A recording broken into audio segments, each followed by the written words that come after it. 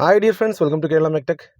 അപ്പോൾ ഈ വർഷാവസാനം എനിക്ക് എൻ്റെ സ്വന്തം വണ്ടിയും കൂടി പണിത് തീർക്കാനായിട്ട് സാധിച്ചു എന്നുള്ളൊരു സന്തോഷം കൂടിയാണ് ഈ വീഡിയോയിലൂടെ പങ്കുവയ്ക്കുന്നത്. അപ്പോൾ ഈ വീഡിയോയിൽ കാണുന്ന കണക്ക് കുറച്ചധികം കാലമായിട്ട് ശ്രദ്ധയില്ലായ്മ കൊണ്ട് ഈ എൻ്റെ വണ്ടിയുടെ അവസ്ഥ ഇതായിരുന്നു. കണ്ടോ, എൻ്റെ ടോപ്പ് സ്റ്റഡിൻ്റെ അവസ്ഥ, ഇത്രയും ഗ്യാപ്പാണ് ഇതിന് വന്നേക്കുന്നത്. അപ്പോൾ ഷോക്ക് അബ്സോർവർക്ക് നമ്മൾ അയച്ചെടുത്തു. ആക്സലിന് കംപ്ലയിൻറ്റ് വന്നു. സ്വന്തം വണ്ടി ആയതുകൊണ്ട് നമുക്ക് നേരം കിട്ടാത്തതുകൊണ്ട് മിക്ക മെക്കാനിക്സിൻ്റെ അവസ്ഥ ഇത് തന്നെയാണ്. വണ്ടിപ്പണിക്കാരിൽ 90% ആൾക്കാരുടെ അവസ്ഥ ഇത് തന്നെയാണ്. സ്വന്തം വണ്ടി നോക്കാനായിട്ട് നേരം ഉണ്ടാവില്ല. അപ്പോൾ എന്തായാലും ഈ വർഷം തീരുന്നതിന് മുന്നേ ഇത് പണിത് തീർക്കാൻ തന്നെ തീരുമാനിച്ചു. അങ്ങനെ അതിൻ്റെ ആക്സൽ ബൂട്ടിന് കംപ്ലയിൻറ്റ് വന്നു. പിന്നെ നമ്മുടെ ബ്രേക്കിൻ്റെ കാലിപ്പേഴ്സിൻ്റെ പിന്നിനുള്ള പ്ലേ, അങ്ങനെ കുറേ കാര്യങ്ങൾ. പിന്നെ നമ്മുടെ ഷോക്ക് അബ്സോർവറിൻ്റെ ടോപ്പ് മൗണ്ടും ബുഷ് കിറ്റുകളും കാര്യങ്ങളൊക്കെ, അതേപോലെ നമ്മുടെ ലോവർ ആംസിൻ്റെ ബുഷ് കിറ്റൊക്കെ മാറേണ്ട ഒരു അവസ്ഥ എത്തിയായിരുന്നു. 1,51,000 കിലോമീറ്റർ ആയപ്പോഴത്തേക്കാണ് എൻ്റെ വണ്ടിക്ക് ഞാൻ ഷോക്ക് അബ്സോർവേഴ്സൊക്കെ മാറ്റി ചേഞ്ച് ചെയ്തില്ല ഇട്ടേക്കുന്നത്. ഇപ്പോൾ ഒരു ഏകദേശം 2,05,000 കിലോമീറ്റർ കഴിഞ്ഞപ്പോഴത്തേക്കാണ് വീണ്ടും കംപ്ലയിൻസ് തുടങ്ങിയത്. പക്ഷേ നോക്കാൻ നേരെ ഇല്ലാത്തൊരു സാഹചര്യം വന്നു. ഇത് കണ്ടോ, ടോപ്പ് മൗണ്ടിൻ്റെ പ്ലേ ഉണ്ടോ? ടോപ്പ് മൗണ്ട് അങ്ങേറ്റത്തെ പ്ലേ. വണ്ടി ലെഫ്റ്റ് ഓടിച്ചാൽ റൈറ്റിലേക്ക് പോകും, റൈറ്റ് ഓടിച്ചാൽ ലെഫ്റ്റിലേക്ക് പോകുന്ന ഒരു സാഹചര്യമായിരുന്നു ഈ വണ്ടിക്ക്.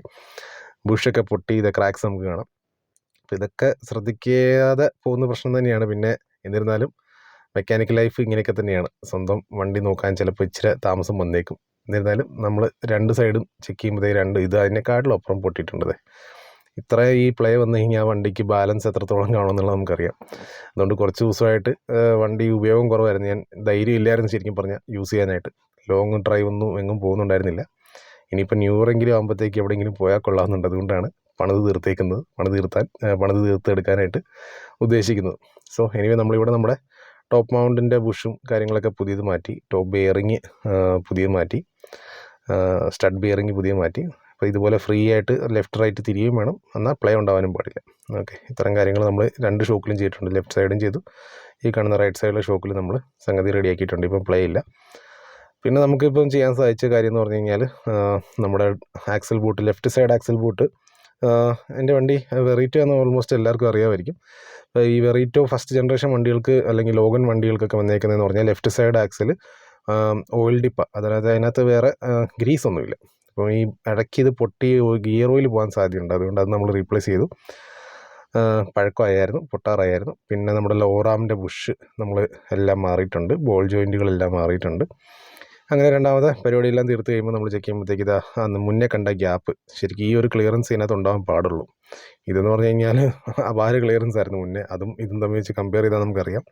ഇത്രയും പരിപാടി തീർത്തിട്ട് വേണം, എനിക്ക് ഇനിയും പണി കിടക്കുന്നുണ്ട്. 4 ടയറും മാറാറായിരുന്നു.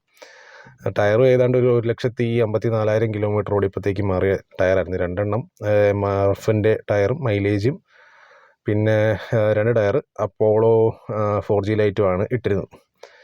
അങ്ങനെ ടയർ മാറാറായിരുന്നു. അപ്പം ഇത്രയും പരിപാടി തീർത്തുകൊണ്ട് ഇനിയിപ്പോൾ ടയർ മാറാൻ എനിക്ക് ധൈര്യമുണ്ട്.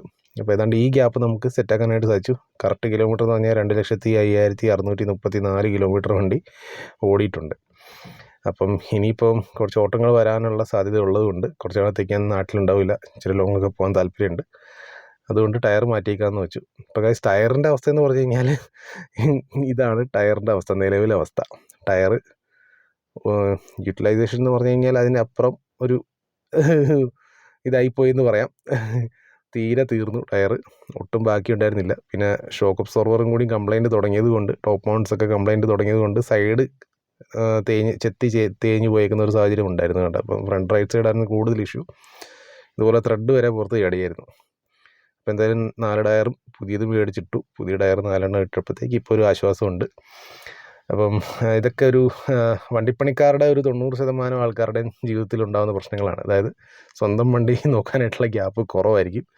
ഇതുപോലെ എന്തെങ്കിലുമൊക്കെ വെക്കേഷൻ വരുമ്പോഴത്തേക്കായിരിക്കും സ്വന്തം വണ്ടി നമുക്ക് ശ്രദ്ധിക്കാൻ പറ്റും. നമ്മളിപ്പോൾ ഒരു 3-4 ദിവസം ഓഫ് എടുത്ത് ക്രിസ്മസ് ടു ന്യൂ ഇയറിൻ്റെ ഗ്യാപ്പിലാണ് എനിക്ക് എൻ്റെ വണ്ടി ഒന്ന് ഒബ്സർവ് ചെയ്ത് ഒന്ന് റെഡിയാക്കി എടുക്കാനായിട്ടുള്ളൊരു ഗ്യാപ്പ് കിട്ടിയത്.